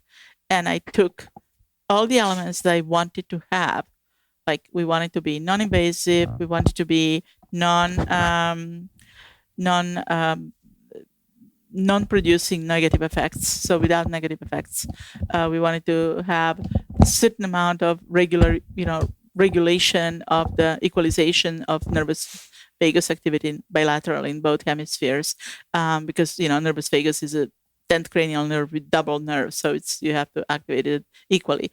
There were certain sets of parameters, about 25, that we wanted, and then we will log what these studies showed. So it was basically a huge spreadsheet of 1,300 data points. Oh my God! And that's my worst nightmare, big Excel files. Right? Well, totally, mine too, and I did not do it alone, believe me. So what we found common denominators. Where was the safe? Where was the efficient? Where was the proper modality to go for?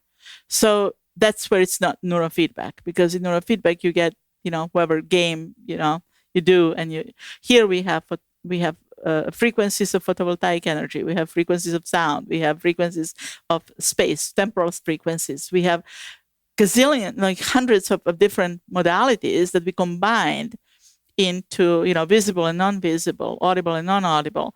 You mean in terms of the biofeedback part of it, like what the brain of the user is experiencing with your frequencies of EEG frequencies and also some electromagnetic frequencies, and we then pick up these sensors that are very sensitive, and they pick up in real time, feed it into the computer in real time, and you co-create the game with the computer as you go along. So this is when I'm going over the self-adjusting. When I'm going over the jumps, you'd be like, raise the jump, Luke, with your mind, raise the jump. And you see how it rains. Some Jedi shit right there, by the way. That's basically the prototypical protokinesis, telekinesis, but it's these tools, we call them conscious neurotechnology, because it's it has an element of consciousness in it, just like the universe is conscious. These apparati that we create have elements of consciousness in them. Wow. So that's why we're breaking the barrier, because you notice that it responds to your frequency of wavelengths of your brain. And it's not simple. It looks very simple. And my challenge was, and this is what, when I first proposed this to my group, on my teams, they all thought I was crazy, because they said, well, how can you do that? This is very heavy, very difficult to not only do you want to create an EEG BCI, brain computer interface, but also you want to create these games that can be easily played by a smart 3-year-old or demented 88-year-old and always have a good desired effect.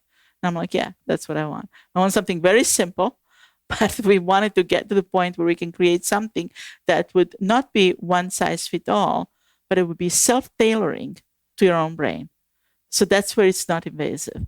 That's why it feels good to everybody, because you co-create the self-needing necessary levels of frequencies that your brain needs, because your brain is sentient. This is so wild. Okay. It's beyond, yeah. It took us a while to get to the point where we can actually co-create that. I feel more than 400 people. I feel for you as being the one that has to explain this to people. I'm starting to get it, but I'm going to go back to neurofeedback, and I want you also, when we're done, maybe to define that, because I've done a lot of that and it's benefited me. I wouldn't say that it's like fixed me, or I walked away and was like, no more PTSD, but I've definitely made a lot of improvements. It helped, yeah. But the way I look at neurofeedback, and correct me wherever I'm wrong, and then differentiate what you're doing from neurofeedback perhaps, is, okay, I'm hooked up to an EEG, and it's reading my brain waves, and my brain waves are changing based on the stimuli I'm watching on a screen. In a similar way of kind of a primitive video game.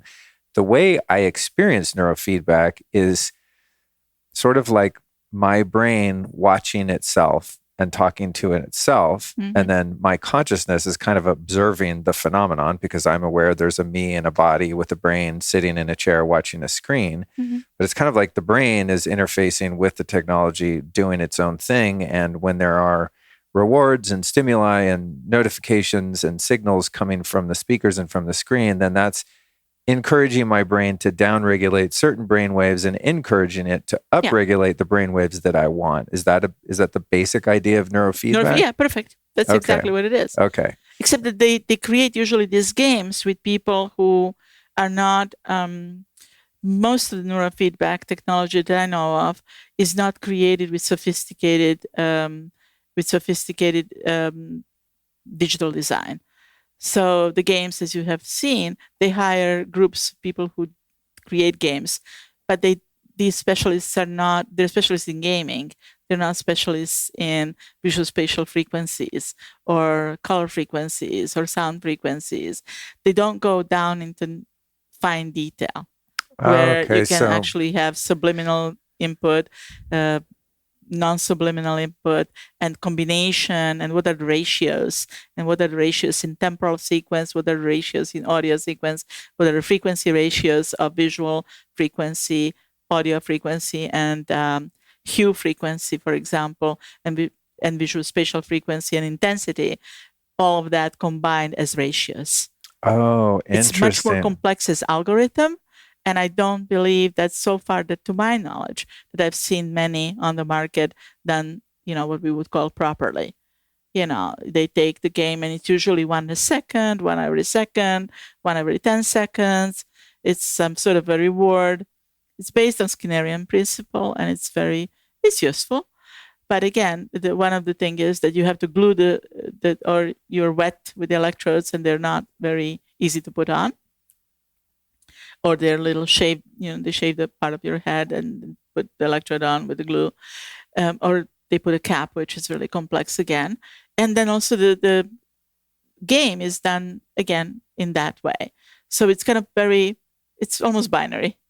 Got it. That's interesting. Although subjectively, when you're doing neurofeedback training, you're basically doing something very similar. You're sitting there watching a screen and you're kind of observing that. Right. But what you're saying is that what's going on kind of sub-perceptually with think is infinitely more complex in terms of the feedback mechanism, right? So like So it's like you can sit in a chair like this in a spacecraft, or you can sit in a chair like this in a little bicycle that you pedal.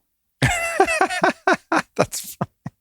I love it with your accent too. And I, like I said, no, this is not a diss on neurofeedback. I love it. I've done a lot of it. Neurofeedback but I also know that you got to do a lot of hours of neurofeedback for a long time to really move the needle. I mean, I did this biocybernaut, in Sedona. It was, I think, like 7 days, and we're in there for 12 hours a day. And it's grueling, I mean, it's not for the faint at heart.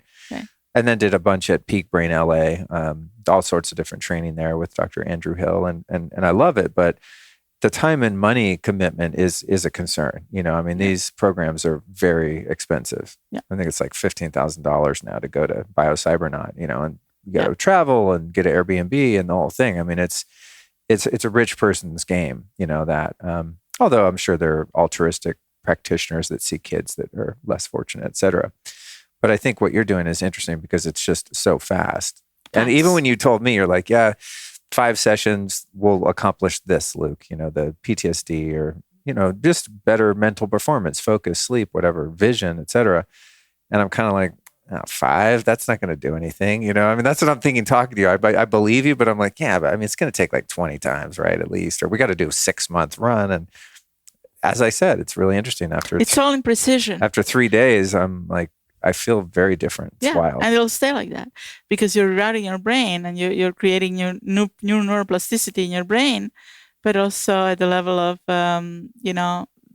quantum field, you're basically accessing your blueprint in your photovoltaic area that you are resetting your photovoltaic energetic field, if you want to. Oh, okay. And so you're repairing holes where there were holes, if there were some, or the energy, literally the voltaic energy, electrophysiological energy is resetting itself. And is there any impact on blood flow in the brain from think interfaces? Yeah. What's happening with blood flow? We have the data on, from fMRIs and MRIs. So the blood flow gets encouraged. And then we also have, we accomplished one study that was very long. And so finally we managed to, publish it and set it up for publication. And now the second part will be tapping into genetics because we'll be drawing also blood and taking samples from the hair and showing and also measuring DAT scans and CAT scans because we want to see at the level of the brain where exactly do we see the increase in activation of dopaminergic receptors. D1, D3, D5, what is really going on and where. And so we're going down to genetic and epigenetic studies. Is that your phone vibrating? Probably because we got to go. I was watching the clock, which is my job, not yours. And I'm like, we've been 90 minutes right now. But I'm like, I honestly thought we would probably be good. Hour and 15 minutes, maybe hour and a half. And I'm like, I have a lot more notes here. Go. But I'll be mindful of the time. There's so much more to gain for the audience. There's so much more. And something we haven't really talked about. I guess this is if I had to choose something to cover. We can have another session. We'll have to, we'll have part 2, part 3 for the we will. Neuroscience Symposium. We will, for sure. But for those listening, something I did want to touch on was Parkinson's. I know that was, as you mentioned earlier, a lot of your focus. And of course, it's something that's related to issues with dopamine. So maybe if you could just break down what Parkinson's is, if we know what causes it and how Think Interfaces has been so effective in helping people with that. I'll be very brief, but I'll try to be. So Parkinson usually is idiopathic or non-idiopathic, meaning that it comes through your own body, through your own genetics, supposedly, or you got it because you got intoxicated one way or another. You had some injection of something, or you were exposed to lead, you were exposed to some toxic material. You develop tremors. Generally, when you have this unhealthy fluctuation of dopamine in your brain, you end up feeling, your motricity is affected. So this is where dopamine impacts the motoric nerves and motoric abilities. Oh, so is this why you start, your gait starts being different, your movement of your diaphragm, your voice gets attenuated, your prosody and your speech is different, slurred usually, even the vision gets worse, the cognitive functions get worse, and people start developing tremors as well. So the way that you replace that, or you try to heal normal neurology right now, allopathic neurology tries to heal Parkinson through giving people L-dopa, carbidopa, Cinemet, or something like that. That was my dissertation in Rome was on L-dopa, carbidopa in idiopathic and non-idiopathic Parkinson with visual evoked potentials. So that was what I was studying for like 10 years. And what happens also nowadays, Oliver Sacks and some other were proposing boxing and ballroom dancing, because that coordinates your left and right part of the body, left and right part of nervous vagus, both activations, and constant motion creates elevated dopamine. So people actually do better if they box, if they train with motions, physical motions.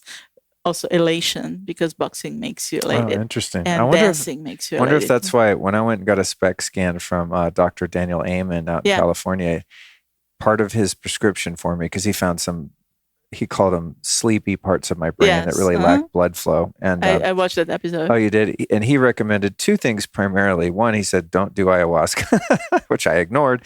But he said, you got to play ping pong all the time and do hyperbaric oxygen. And I never played ping pong once. Yeah. But I did get a chamber and it helped me a lot. Chamber, because it gives you so much oxygen. Yeah. But ping pong is also just because it gives you coordination of the muscle, and it's immediate gratification of the ping. Does it have the dopamine thing in it? Okay. It stimulates the dopamine. Cool. It's a very nice way. Or boxing is great too. What if you get hit in the head boxing and get a TBI? So I think the boxing for Parkinson is more like air boxing. Shadow boxing, like on a bag and stuff. Mm-hmm. Okay. Okay. So, and for those listening, I think perhaps the most noteworthy person that you might recognize the symptoms of Parkinson would be Michael J. Fox, right? Yeah. Is that what he has? Yeah. So for those, that are like, wait, what does that look like? Yeah. Yeah. Have you ever had an opportunity to speak with him or his people? Yes, at the fundraisers where I went to several of his fundraisers, and his team, he has a fabulous team of people. And one of our team members actually has received grants and has worked as an advisor for that. Jean-Christophe Corval has worked with him, with the foundation. Got it. And so from what you were telling me, this is one of the biggest success stories about Think, is really substantially helping people with Parkinson's. Is that? Yeah. Well, mostly I think concussion and trauma, PTSD. Where it helps the most is PTSD, concussion, and ADHD. Okay. And then Parkinson really helps tremendously. You've seen some of the cases yourself. Your videos are crazy. Yeah, she shows me these before and after videos, like literally like the person sitting down in the chair and they're having a lot of difficulties with their motor skills, and then they do the training and she shows them walking. You have them on your iPhone, right? And, this older man is walking and kind of, a little not balanced. He couldn't pivot. He takes 5-6 steps. Yeah. And then later on, he takes one step. One session, and then he's like ballerina, poof, walks right back. It's crazy. I love stuff like that. That's beautiful. It's really so rewarding. Yeah. But I think that also I don't want to get the viewers, the audience, the wrong impression that it happens always the same with everybody. It doesn't. In Parkinson, it's a very strange, affect disorder. It actually, people can respond perfectly well, and some people get really better and stay better. Some people, it just slows down their progression of Parkinson, and some people don't respond fully. There is at least 10% that doesn't really, they have to have it regularly. Okay, got it. But they still derive benefit from it. It's just definitely. Okay. Definitely. And what studies or research have you done with this technology specifically around Parkinson's? We just have patients that we have taken, and we have seen that their tremor and cognition improves. And we have regular battery that we do, Luria, Nebraska test and some specific soft neurological exam and gross motor exams that we take at the beginning. We have that on videos as well. And then we also present, oftentimes our clients go back to their neurologists, and then we communicate with neurologists. So we have tons of data, but because it takes so much time and so much effort, I just finished this one large study on ADHD and anxiety as well. It had some anxiety data in there too. And now we also had 2 pilot studies on concussion and some other things. And, so we have the data in our computers, but we haven't analyzed it yet. But we have data for possible study that we can publish. Cool. Yeah, so we haven't exciting. done that yet. So exciting, because that's, I mean, I've not known personally, I don't think anyone with Parkinson's, but I've known, Oh, yeah. by a degree of separation, people whose parents have it and stuff. And it's just like, hard. it's brutal. It's brutal, especially because these are people that were just functioning normally. And I don't know, for some reason, maybe because it's not like cancer or something like that, where, you really hit the alarm and you could potentially die. But it seems as though people with Parkinson's live for a very long time, but their quality of life is just so greatly diminished. It's just like, God, I got to find a way to help these people. It's very hard. So it's very rewarding when you see them really do well. Oh my God, I bet. It's just such a blissful life and blessing to be able to help people. Yeah, it is. So I know we're about out of time. I have 57. That was Micah, by the way. Oh, it was? He was like, where are you? All right. I'm going to get you out of here. It's 6:30. Oh, God. Okay. It's totally my fault, Micah. No, if you're watching this Instagram I think live. we're enjoying this so much. No, I know. Really it's so good, but I want to be respectful of your client's time and whatnot. I guess what I want to ask you is, okay, so I was fortunate enough to know you, and Alice and I have been able to do, the Think training with you, and I'm so grateful for that. Gratitude and fortune is And I know you have a number of different scientists and partners that you're doing all kinds of developments with, but if someone right now wanted to experience this, I mean, do they have to seek you out and you're the person that could do the training with them? Or do you see this scaling in a way where, you're going to hire other practitioners that have the systems and things like that? What does access look like for people listening right now? And what do you see in the near future in terms of availability for this training? Thank you for asking. Right now, it's me running clients one-on-one in person for difficult situations. I also conduct virtually the training, which is only this behavioral part and in the quantum field. And that can also be done, but it's also 45 minutes with me. So there is my website, thinkinterfaces.com, which you can post if you want to. Yeah, we'll put in the show notes. And then they can just fill the form in and send the email, and either my team or myself will respond. And I'll be honored and glad to help. In about 2 years, hopefully, we're going to have this out to the world as, a system, just like you have this, audio system that you can put on your head, and then you can coordinate it with your iPhone or iPad or computer, and that will be available to everybody at a very reasonable price. We're hoping to scale it so that we can actually really not charge a lot. And my dream would be really to work with people who have PTSD, the veterans, and children and adults who, come from the dumps now, especially now in the situation with the world is growing to the next level. We have these stresses and traumas from the 3D experiences that this planet has gone through, and millions of children and adults who have suffered. And it would be my utmost honor and pleasure and goal to actually be able to finance and give this for free to people to really heal themselves through Think. And that's my goal. That's why I'm working hard on that, because I have a mission. This really found me. I did not find it. And I think this is why I came here, to help people now in this crisis, in this time. And I just always work towards it. So that's what my goal is, to scale it to the levels so that we can possibly have some ideas together as well. Absolutely. On how to help the world. And but for the moment, it's just me and a few, and then we're having, possibility of also sale of a license.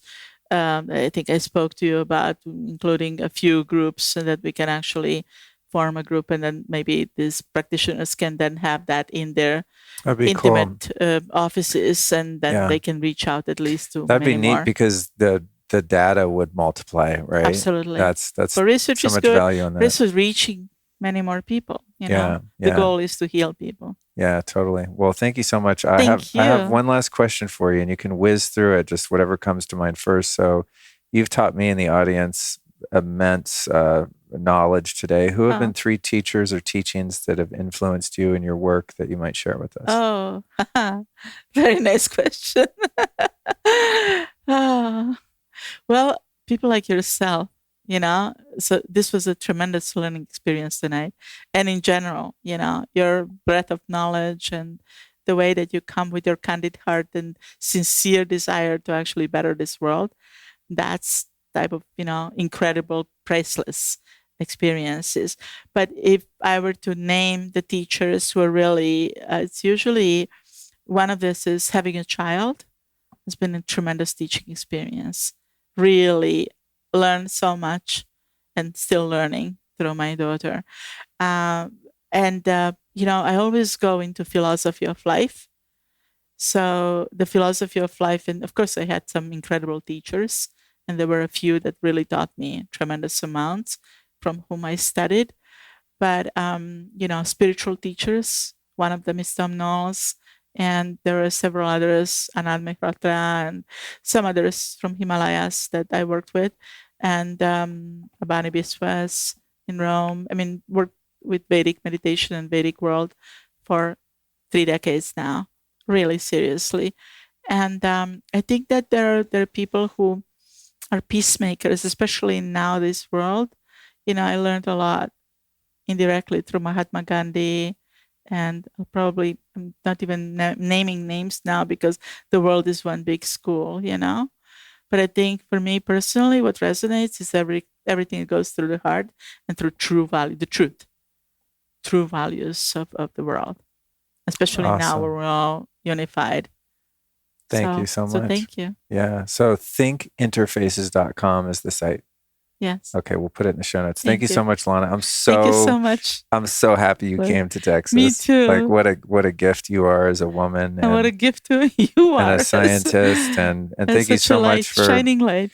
And just thank you so much for getting the experience of your technology. I can't wait to do more. Before you go, it's just like I discover a lot of cool stuff, and some of it's fun and interesting and novel, but I really think you're onto something profound here. I still haven't shared my scientific, paper and all of that. We'll have to dive into that. We will. And also on that note, if there's anything you want me to put in the show notes, we can do that too. Any of the brain mapping or studies, any of the stuff you've done, we'll pack it into the show notes. So smart thinking. Thank you. Especially for the people that are really data driven, can get in and be like, I don't know, it sounds kind of woo woo. It's like you've really done a lot of hard science on this. So thank you. I think that adds a lot of value. Thinking. Yeah. All right. Thanks so much, Lana. Thank you. Thank you so much, Luke.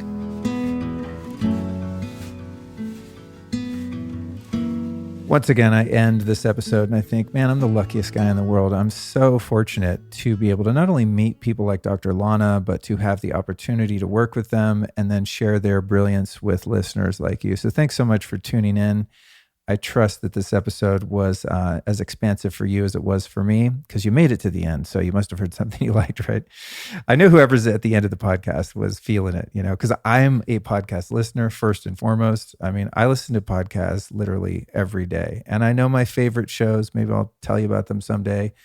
But my favorite shows, I'm literally like drooling for more at the end of the show. I mean, that's how much I love a great podcast. So thank you so much for hanging in there with us. I know this conversation was pretty deep and it got complex at times. And I trust that you benefited. If you did, my request, share it with a friend. If you have someone that's got brain fog or ADD or PTSD, any of the things we talked about, even if they don't have the opportunity to work with Dr. Lana, it's not possible for everyone, depending on where they are in the world and how they're situated financially, et cetera. But I think there was a lot of valuable information in here that people can use to get educated about that thing inside their skull. If you are someone that's like, wow, I want to try this out, I get it. I would too, had I heard the conversation you just heard, because that's what I did. Again, Dr. Lana has offered a very generous 10% off. That'll save you a few $100s by going to thinkinterfaces.com And if you mention the code Luke10, that's how that happens. And I don't know, shoot him an email. She'll probably jump on the phone with you. I don't know if she'll be able to do that once she's on this podcast, but I know with friends I've sent her way, she's had introductory calls with them and, explained everything to them and made it very clear what it's all about. She's currently located in Austin, Texas, which is, my good fortune, I guess, right? Allison's done some training with her too and had great results. So if you're able to get to Austin or anywhere that Lana happens to be seeing people, well, I highly encourage that you give it a shot or at least explore it. Because as I said in the intro, I don't know, man, I've done a lot of stuff and I've made so much progress over the years with all of the different nootropics and, smart drugs and microdosing and neurofeedback and the hyperbaric chamber and all the stuff. And I think that it's all obviously helped. Otherwise I wouldn't have kept doing it. But after my training with Lana, I'm on another level. Like my ability to focus. I think that's the main thing, like focus and memory. It's just like I feel younger. I'm not trying to sell you guys on this. It's honestly, it sounds like an infomercial, but it's just the truth, man. It's crazy. And now that she's here in town, I'm going to do more. I don't think that you need to, but if I can manage to do so, I will. I think her normal training for people that aren't heavily compromised is around 5 sessions. And I did 6 at first, and then I did one more quick one when she zipped through town a couple weeks ago. And I don't know, to me, if it gets any better than this, I've won the lottery of brain function. So I'm stoked. So thank you so much for joining me on this journey. Next week, we've got a bit of a departure. That's episode 377. And this one is for my freedom fighters out there. It's none other than Zuby. I don't know if you know Zuby, but if you do, you just got stoked. If you don't, you're going to be stoked when you hear it. That episode's called The Antidote to Wokeness, Cultural Marxism, Tyranny, and Social Division. Now, prior to the pandemic, I didn't really talk about social issues, politics. It's not my lane. It's not my area of expertise. It's not something that I'm terribly interested in. I'm more about the inner journey, right? But as things have unfolded, I have found it necessary to share my point of view because I think we are really at a turning point. I don't see it as a doomsday turning point. However, I think if more of us don't have the courage to share our thoughts and ideas on what's happening, that it could end up in a seriously irreversible dystopian nightmare. I don't want that to happen. So I had actually it sounds like a heavy episode, but Zuby is super down to earth and really funny. He's a British guy with an American accent. And man, he's just got a way of framing this stuff that makes perfect sense to me. It's just like so common sense and basic and relatable and also open. Zuby's message is one of unity and bringing people together despite our differences in opinions and lifestyle and cultures and all that stuff. So I really enjoyed that conversation. I can't wait to share that one with you. And it has nothing to do with health. It's more about mental health and psychology and really resilience, right? Mental and emotional resilience and positivity and human connection. So it's a bit more psychological, but I'm excited to drop that one. And I'm probably going to piss a few people off with that, but what are you going to do? I like the guy. He's one of my 2 favorite Twitter follows. I think that's how I found Zuby. I was like, God, how do you do that? And what is that, 240 characters or something? I always run out of space. So now my tweets are just like four words, very few characters, and they probably don't make a lot of sense because they're mostly just memes that I can't get away with posting on Instagram. Speaking of posting, I have like 2 followers on Twitter. I'm not witty enough to really get a Twitter following. And I have to really, be mindful with my info sharing on Instagram because it's gone just so commie. So I started a Telegram channel, and that's where I just dump all the shit that I find in the world, all the news, all the memes that I would get probably banned off every other platform if I shared publicly. It's sad that it's that way, but I'm also not on a suicide mission where I'm going to nuke my entire brand to try to save the world. I still have a lot of great information to share, like the episode that you just heard with Dr. Lana. In fact, if we could get the whole goddamn world to do the Think Interfaces training and just heal everyone's PTSD, we could all just calm down and chill the hell out. So I think I'm making my mark, but there are times when I feel like, oh my God, I just have to have someone on the show to like talk some sense into the world. And I think Zuby did a great job of doing that. So with that, my friends, we will exit And I can't wait to be back with you next Tuesday.